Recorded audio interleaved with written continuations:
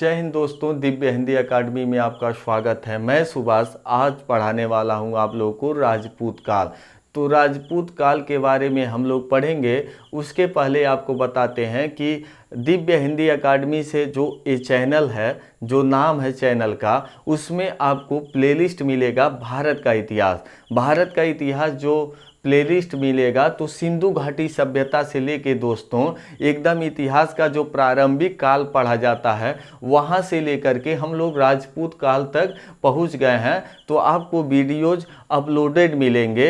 तो उसके पहले आप लोग हमारे चैनल को सब्सक्राइब करिए, बेल आइकन दबाइए, ताकि बेल आइकन दबाएंगे तो कोई भी वीडियोज पड़ेगा तो आप तक नोटिफिकेशन सबसे पहले पहुँचेगा। तो देखिए पीईटी एग्ज़ाम जो है यूपी SSC के माध्यम से पेट का एग्ज़ाम 2022 का होगा, उसमें भी ये राजपूत काल टॉपिक दिया गया है। और कोई भी एग्ज़ाम हो दोस्तों, कोई भी एग्ज़ाम हो, हर जगह पूछा जाता है राजपूत काल के बारे में। जैसे जो मेन राजपूत होते हैं चौहान, ठीक है ना, पृथ्वीराज चौहान, तो उनके बारे में पढ़ा जाता है। उनके बारे में तराइन का युद्ध जो होता है दोस्तों 91-92 में पूछा ही जाता है। तो उसको आइए देखते हैं। राजपूत काल का जो समय होता है, यानी राजपूत काल का समय की जो है कब से कब तक है, तो लगभग 700 ईस्वी से लेकर के 1200 ईस्वी तक राजपूतों का समय होता है। 700 से लेके 1200 तक लेकर के राजपूतों का समय होता है। इसके बीच में दोस्तों, इसके बीच में कुछ आक्रमण होता है, जैसे अरबों का आक्रमण, ठीक है ना। अरबों का आक्रमण मोहम्मद बिन कासिम के नेतृत्व में अरब आक्रमण हो जाता है, यानी विदेशी आक्रमण हो जाता है। उन लोगों के पहले भी जैसे शकों का आक्रमण हुआ था, शक राजा रुद्र सिंह थर्ड था दोस्तों, शकों का आक्रमण हुआ था, यूनानी का आक्रमण हुआ था। तो इस तरीके से आक्रमण होता जाता है, विदेशी आक्रमण, और भारत के एक एक राजा क्या होते हैं, उभरते जाते हैं। तो इस तरह से आपके राजपूत काल का भी ये जो समय है ये बहुत महत्वपूर्ण है दोस्तों, बहुत महत्वपूर्ण है। तो आइए, जो राजपूत काल होगा इसके पहले हम लोग हर्षवर्धन का काल पढ़े थे, यानी वर्धन वंश पढ़े थे। तो कहीं भारत का जो राजा प्रतापी होगा हर्षवर्धन के बाद ये राजपूत काल में होगा दोस्तों, राजपूत काल में होंगे। तो आइए 700 से लेकर के 1200 ईस्वी तक राजपूतों का जो उदय हुआ है लगभग यही काल है। तो राजपूत काल के बारे में आइए देखिए, इसकी उत्पत्ति कहाँ से होता है। उत्पत्ति के बारे में कर्नल जेम्स राड बताते हैं दोस्तों। कर्नल जेम्स राड बताते हैं कि ये सीफियन थे या शक थे या कुषाण थे। क्या कहते हैं, ये सीफियन थे या शक थे या कुषाण थे, यानी ये यहाँ से नहीं आए हैं, ये विदेशी हैं। इनके कहने का क्या मतलब है, ये विदेशी हैं। स्मिथ साहब भी कहते हैं कि ये विदेशी जाति हैं। क्या है, ये विदेशी जाति हैं, लेकिन तो ज़्यादा प्रमाणित नहीं है दोस्तों, ये ज़्यादा प्रमाणित नहीं है। तो आगे देखते हैं, गौरी शंकर हीराचंद ओझा जो बताते हैं, ये कहते हैं ये प्राचीन क्षत्रिय हैं। ये भारत के जो प्राचीन क्षत्रिय हैं, या तो ये आर्यों की वंशज हैं। जो आर्य आए थे, वैदिक काल के निर्माता दोस्तों, वैदिक काल के निर्माता जो ऋग वैदिक काल, उत्तर वैदिक काल हम लोग पढ़े हैं, तो वही ये बताते हैं। गौरी शंकर हीराचंद ओझा बताते हैं कि ये प्राचीन क्षत्रिय हैं और या आर्यों के वंशज हैं। लेकिन तो जो चंद्रबरदाई बताते हैं दोस्तों, चंद्रबरदाई जो होते हैं पृथ्वीराज चौहान के राजकवि होते हैं। उन्होंने क्या बताया है, चंद्रबरदाई बोले हैं कि अग्निकुंड से, क्या, अग्निकुंड से इन लोगों का उदय हुआ। तो माउंट आबू पर्वत पर ऋषि वशिष्ठ के यज्ञ से राजपूत काल का उदय हुआ है। कहा जाता है कि राजपूतों का उदय इसलिए कराते हैं वशिष्ठ मुनि कि ये यज्ञ करते हैं और राजपूत जो होते हैं इनकी रक्षा करते हैं। क्या करते हैं, इनकी रक्षा करते हैं। तो रक्षा करने के लिए यज्ञ किए माउंट आबू पर्वत पे और राजपूत काल का उदय हुआ। कुछ इनको रक्षक मिले। तो आइए देखते हैं दोस्तों, गोपीनाथ शर्मा बताते हैं कि ये ब्राह्मण से इनकी उत्पत्ति हुई। गोपीनाथ शर्मा बताते हैं कि इनकी उत्पत्ति ब्राह्मण से हुई और राजपूत वंश आपके 36 गोत्र में पाए जाएंगे। राजपूत वंश जो है 36 गोत्र में पाए जाएंगे। तो चलिए वीडियो जो लोग भाई देख रहे हैं वो क्या करेंगे, पहले इसको लिखेंगे नहीं, उसको नोट डाउन नहीं करेंगे, अभी को क्या करेंगे, पूरी वीडियोस खत्म हो जाने दीजिए, यानी समाप्त हो जाने दीजिए। ध्यान से आप लोग पूरे वीडियो को देखते रहिए। बाद में हम थोड़ा साइड में हो जाएंगे, आप स्क्रीनशॉट ले लीजिएगा। स्क्रीनशॉट ले करके आप लोग फिर नोट्स अच्छे से बना लीजिएगा। आगे चलते हैं, देखते हैं राजपूत जो वंश होगा दोस्तों, राजपूत वंश होगा ये 4 भागों में होगा। सूर्य वंश, चंद्रवंश, अग्निकुंड वंश, ऋषि वंश। तो राजपूत वंश 4 भागों में अलग अलग विद्वानों का मत है कि 4 लोग होते हैं और 36 गोत्र होता है। लेकिन तो सबसे जो मेन होगा जो अग्निकुंड के वंशज है, अग्निकुंड से जो चंद्रबरदाई होते हैं, उन्होंने बताया है कि अग्निकुंड से निकले हैं। ये कहाँ से निकले हैं? अग्निकुंड से निकले हैं। और महर्षि जो वशिष्ठ हैं, ऋषि वशिष्ठ हैं, ये यज्ञ कर रहे थे। तो वशिष्ठ मुनि के यज्ञ में कोई राक्षस, कोई वैसा कोई क्या करे, बाधा न डाले, इसलिए रक्षक के तौर पे राजपूत काल का उदय कराए थे दोस्तों, यज्ञ से कराए थे। तो चंद्रबरदाई का ही माना जाता है ज़्यादा, ये इम्पॉर्टेंट है। तो अग्निकुंड से देखिए, अग्निकुंड से जो लोग उत्पत्ति हुआ राजपूत काल का, कितने लोग हैं ये देखा जाएगा।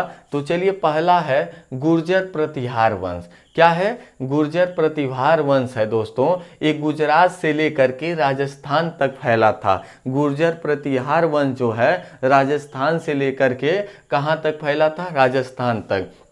चौहान वंश है राजस्थान से लेकर के दिल्ली, राजस्थान से लेकर के दिल्ली।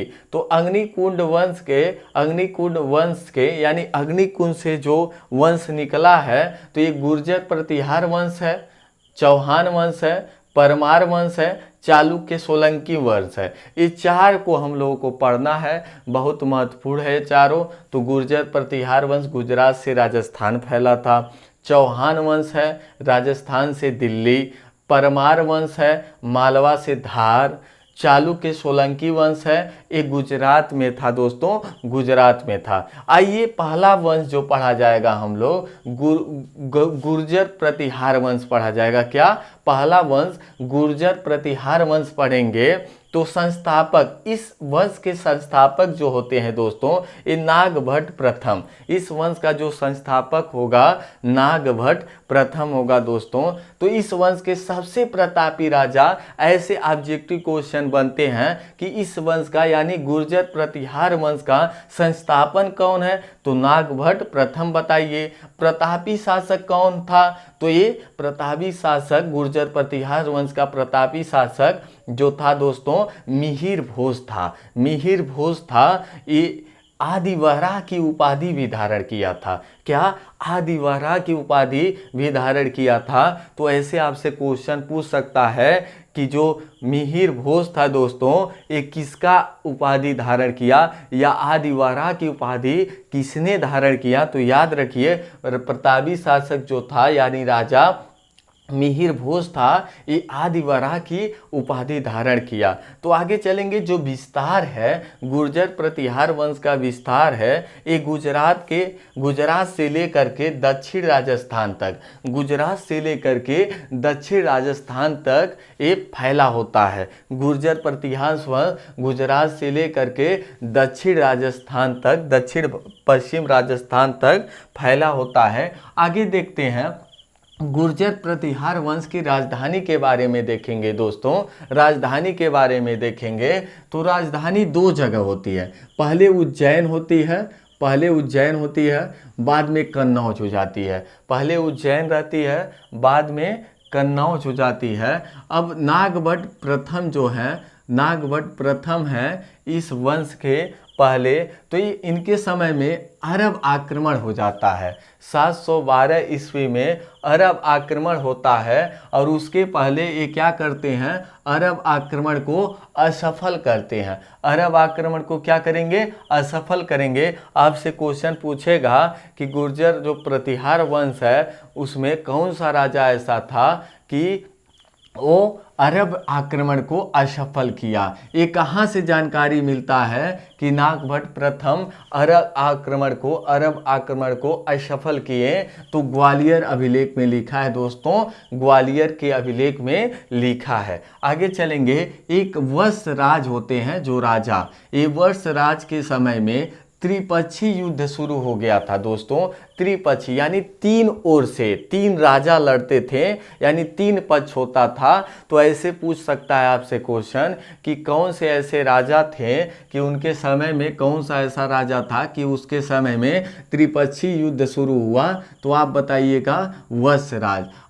आगे चलेंगे, यह वत्सराज जो था दोस्तों ये धर्मपाल को पराजित किया था। ये भी एक क्वेश्चन है, वत्सराज जो होगा धर्मपाल को पराजित करेगा। और ये किस वंश के राजा हैं, गुर्जर प्रतिहार वंश के। आगे आएंगे दोस्तों, नागभट्ट सेकेंड आ जाएंगे। नागभट्ट प्रथम जो होते हैं इसके संस्थापक होते हैं, नागभट्ट प्रथम होते हैं इसके संस्थापक होते हैं। देखिए, गुर्जर प्रतिहार वंश के संस्थापक नागभट्ट प्रथम, तो नागभट्ट एक सेकेंड आएंगे इसी समय में, यानी गुर्जर प्रतिहार वंश के समय में एक नागभट्ट सेकेंड के नाम से राजा दूसरे आएगा दोस्तों, दूसरा आएगा। तो इसकी राजधानी जो होती है ये उज्जैन से कन्नौज बना देता है। पहले क्या हुआ करता था, राजधानी गुर्जर प्रतिहार वंश का उज्जैन रहा करता था। उसके बाद नागभट्ट सेकेंड जो आता है ये उज्जैन से उठा करके कन्नौज बना देता है। तो आपसे ऑब्जेक्टिव क्वेश्चन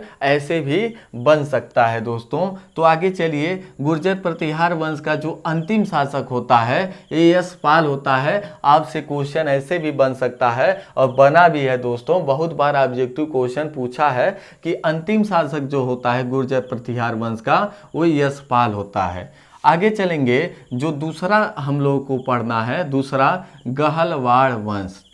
क्या पढ़ना है दोस्तों, अग्निकुंड से जो निकला है, अग्निकुंड से निकला है जो वंश, गहड़वाल वंश पढ़ना है। इसको राठौर वंश भी कहते हैं दोस्तों, राठौर वंश भी कहते हैं। तो इसके संस्थापक जो होगा चंद्रदेव, इसका संस्थापक जो प्रथम राजा होगा चंद्रदेव। यानी क्वेश्चन बनेगा गहड़वाल वंश का राजा कौन होता है, प्रथम यानी संस्थापक कौन होता है, चंद्रदेव।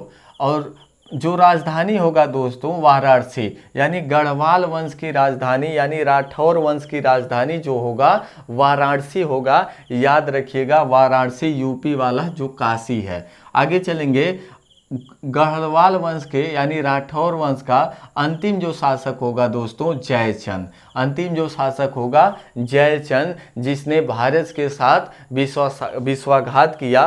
तो चलिए, जयचंद क्या करता है थोड़ा सुन लीजिए। जयचंद क्या करता है, अपने बेटी का, उसके बेटी का नाम होता है संयोगिता, उसके बेटी का नाम होता है संयोगिता। वो संयोगिता का एक स्वयंवर रखता है, संयोगिता का स्वयंवर रखता है। लेकिन तो संयोगिता को ये पृथ्वीराज चौहान जो थर्ड होते हैं, पृथ्वीराज चौहान जो थर्ड होता है दोस्तों, ये संयोगिता को उठा कर ले जाता है पूरे भरे स्वयंवर से, भरे हुए स्वयंवर से उठा के लेके चला जाता है। कहा जाता है ये प्रेम विवाह है। क्या कहा जाता है कि वो प्रेम विवाह था जो संयोगिता को उठा करके ले गया। संयोगिता भी चाहती थी दोस्तों, संयोगिता भी चाहती थी विवाह करना, तो उठा करके लेके चला गया स्वयंवर से। तो इससे जयचंद क्या होता है, बहुत नाराज होता है। जयचंद क्या होता है, बहुत नाराज होता है। और वो गौर वंश का शासक यानी विदेशी शासक को आक्रमण करने के लिए, पृथ्वीराज थर्ड से लड़ने के लिए वो बुला लेता है। तो वही तराइन का युद्ध हो जाता है। तराइन का युद्ध मोहम्मद गोरी और पृथ्वीराज चौहान से तराइन का युद्ध हो जाता है 1191 में। तो क्या करते हैं पृथ्वीराज थर्ड यानी पृथ्वीराज चौहान, उसको हरा करके भेज देता है और वो जाता है अपने गौर यानी गौर वंश में फिर चला जाता है। तो वो फिर से क्या करता है, तैयारी करता है, दोबारा तैयारी करता है और दोबारा आता है 1192 में तराइन का फिर युद्ध होता है, जिसमें पृथ्वीराज चौहान को हरा देता है। पृथ्वीराज चौहान को हरा देता है, लेकिन तो बाद में चंदावर का युद्ध हो जाता है दोस्तों, जिसने बुलाया था, यानी जयचंद खुद बुलाया भारत में, और भारत के अपने शासक के ऊपर आक्रमण करवाने के लिए, विश्वासघात करवाने के लिए। अब उसी के ऊपर 1194 में चंदावर में क्या करता है, चंदावर का युद्ध होता है 1194 में, यानी चंदावर का युद्ध में यानी जयचंद पर ही गोरी आक्रमण करके गोरी को मार देता है, गोरी जयचंद को मार देता है। अब देखिए आगे यहाँ पे लिखा गया है कि अंतिम शासक यशपाल था। आगे चलेंगे, गढ़वाल वंश का जो अंतिम शासक जयचंद होगा दोस्तों, जयचंद होगा, तो इसकी जो लड़की होती है यानी पुत्री होती है संयोगिता, और पृथ्वीराज थंद क्या करते हैं, इसको उठा करके ले जाते हैं स्वयंवर में से, ये विवाह करते हैं। तो 1191 में तराइन का प्रथम युद्ध हो जाता है मोहम्मद गौरी और पृथ्वीराज चौहान से, मोहम्मद गौरी और पृथ्वीराज चौहान से। लेकिन तो किसने बुलाया है भारत में, किसने बुलाया है, जयचंद ने बुलाया है, क्योंकि जयचंद दुश्मनी निकालता है पृथ्वीराज चौहान से। उसके बाद जो गौरी होता है, इसको हरा करके पृथ्वीराज चौहान भेज देता है। 1192 में क्या होता है, फिर पृथ्वीराज चौहान से गौरी युद्ध लगता है तराइन का युद्ध लड़ता है, फिर से तराइन का युद्ध लड़ता है। और क्या करता है फिर तराइन के युद्ध में, वही होगा कि जब पृथ्वीराज चौहान क्या करेंगे, तराइन के प्रथम वाले युद्ध में छोड़ देंगे, मारेंगे ही नहीं उसको, वो भाग जाएगा, युद्ध छोड़ के भाग जाएगा। तो आएगा फिर इनको जब हराएगा पृथ्वीराज चौहान को, लेकिन तो इनको छोड़ता नहीं है, इनको मार देता है, इनको क्या करता है, मार देता है। और लास्ट में 1194 में चंदावर का युद्ध होता है, जिसमें जयचंद को भी पराजित करके मार देता है। आगे चलेंगे, अब चौहान वंश जो होता है दोस्तों, इसको चाहमान वंश कहते हैं, लेकिन तो इसको अब पढ़ेंगे हम लोग चौहान वंश। पृथ्वीराज चौहान जो होते हैं चौहान वंश के होते हैं, लेकिन तो हम लोग क्यों पढ़े हैं इसमें, क्योंकि गढ़वाल वंश का अंतिम राजा जो होता है जयचंद, और चौहान वंश के जो राजा होते हैं पृथ्वीराज चौहान, दोनों से अट्रैक्शन होता है, यानी क्या होता है, वही स्वयंवर वाला कहानी है, इसलिए पहले बता चुके हैं उसको। आगे चलते हैं, तो चौहान वंश यानी चाहमान वंश का जो संस्थापक होगा वासुदेव होगा। क्या होगा दोस्तों, वासुदेव होगा। आगे चलेंगे, राजधानी जो होगा चौहान वंश का अहिछत्र अजमेर। तो अजमेर आपका कहाँ पड़ता है, राजस्थान में पड़ता है। अजमेर कहाँ पड़ता है, राजस्थान में पड़ता है। आगे चलेंगे, अजय राज अजमेर नगर की स्थापना की। एक क्वेश्चन आता है दोस्तों, अजय राज अजमेर नगर की स्थापना की, इसको आप लोग याद रखिएगा। आगे चलते हैं, जो चौहान वंश का प्रथम शासक तो संस्थापक जो है वासुदेव है, लेकिन तो चौहान वंश का अंतिम शासक यही पृथ्वीराज चौहान होता है, जो स्वयंवर में यानी जयचंद की पुत्री से विवाह करता है। और तराइन का जो प्रथम युद्ध होता है और तराइन का द्वितीय युद्ध होता है 1191 1192 दोनों युद्ध होता है। तो चौहान वंश का अंतिम शासक पृथ्वीराज थर्ड, और जो गौरी होता है जिसने जयचंद गौरी को बुलाया था। तो ध्यान दीजिएगा, आप देखिए, गढ़वाल वंश का अंतिम शासक जयचंद और चौहान वंश का अंतिम शासक पृथ्वीराज थर्ड से क्या होता है, वही वाली कहानी जो स्वयंवर वाली कहानी है, इसलिए पहले पढ़ा दिए। और गौरी को बुला लेता है जयचंद, अपने भी मारा जाता है और अपने दामाद को भी मराता है, अपने दामाद को भी मरवाता है। पृथ्वीराज चौहान के राज कवि चंद्रबरदाई होते हैं दोस्तों।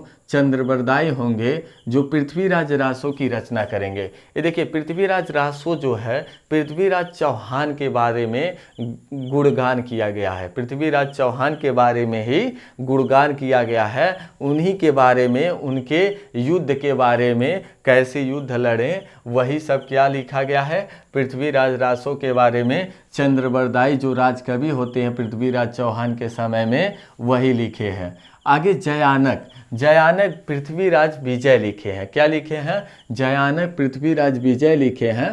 तो इसको भी आप याद रखिएगा। चंद्रबरदाई पृथ्वीराज रासो, पृथ्वीराज रासो किसके बारे में है? पृथ्वीराज चौहान के बारे में लिखा गया है। जयानक क्या लिखे हैं? पृथ्वीराज विजय लिखे हैं, यानी पृथ्वीराज का जो विजय होता है वो लिखा जाता है। आगे चलेंगे परमार वंश। परमार वंश अगला जो आएगा परमार वंश आएगा। और ये कहाँ से निकल के आता है दोस्तों?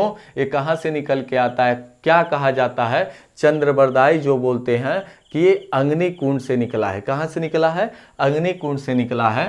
तो संस्थापक जो है उपेंद्रराज या कृष्णराज, संस्थापक उपेंद्रराज या कृष्णराज परमार वंश की। राजधानी जो होगा दोस्तों धारानगरी, प्रारंभिक राजधानी होता है धारानगरी। शक्तिशाली राजा जो होगा परमार वंश का राजा भोज, राजा भोज होंगे दोस्तों। एक कविराज की उपाधि धारण करेंगे, एक कविराज की उपाधि धारण करेंगे शक्तिशाली राजा जो राजा भोज हैं, परमार वंश के राजा हैं। तो इन्होंने चिकित्सा व्याकरण में भी ग्रंथ लिखा, इन्होंने चिकित्सा व्याकरण में ग्रंथ लिखा यानी किताब लिखा है दोस्तों।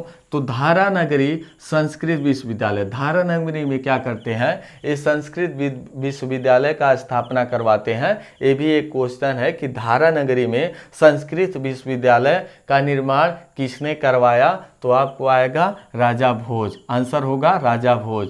भोजपुर नगर एवं झील का निर्माण, आपका जो भोजपुर पड़ता है दोस्तों, भोजपुर नगर एवं झील का निर्माण जो कराने वाले हैं यही परमार वंश के शासक राजा भोज। आगे चलेंगे चित्तौड़ में त्रिभुवन नारायण मंदिर का भी निर्माण करवाएं। चित्तौड़ में त्रिभुवन नारायण मंदिर का भी निर्माण किसने कराया दोस्तों? राजा भोज। अब अगला जो शासक आएगा, अगला जो वंश आएगा चालुक्य वंश आएगा। और ये कहाँ से निकला है? क्या कहा जाता है? अग्निकुंड से निकला है, अग्निकुंड।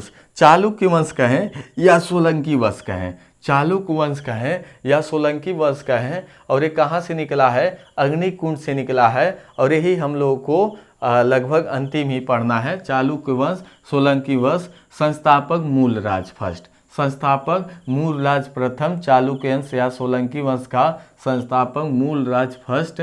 और राजधानी जो होता है दोस्तों अहिलवाड़ होता है, राजधानी होता है अहिलवाड़ सोलंकी वंश का। भीम प्रथम के समय, भीम प्रथम के समय यानी भीम प्रथम जो होंगे चालुक्य वंश के शासक होंगे। भीम प्रथम के समय महमूद गजनवी का आक्रमण हुआ था, ये आप याद रखेंगे, ऑब्जेक्टिव क्वेश्चन बनता है। भीम प्रथम के समय महमूद गजनवी का आक्रमण होता है दोस्तों। आगे चलेंगे, मोहम्मद गजनवी का आक्रमण सोमनाथ मंदिर पर होता है। किस पर होता है? सोमनाथ के मंदिर पर आक्रमण भीम प्रथम के समय में होता है। और भीम प्रथम चालुक्य वंश के राजा थे। सामंत बीमल से आबू पर्वत पर दिलवाड़ा प्रसिद्ध जैन मंदिर का निर्माण करवाया। आपसे क्वेश्चन पूछेगा कि दिलवाड़ा आबू पर्वत पर जो दिलवाड़ा का प्रसिद्ध जैन मंदिर है इसका निर्माण किसने करवाया?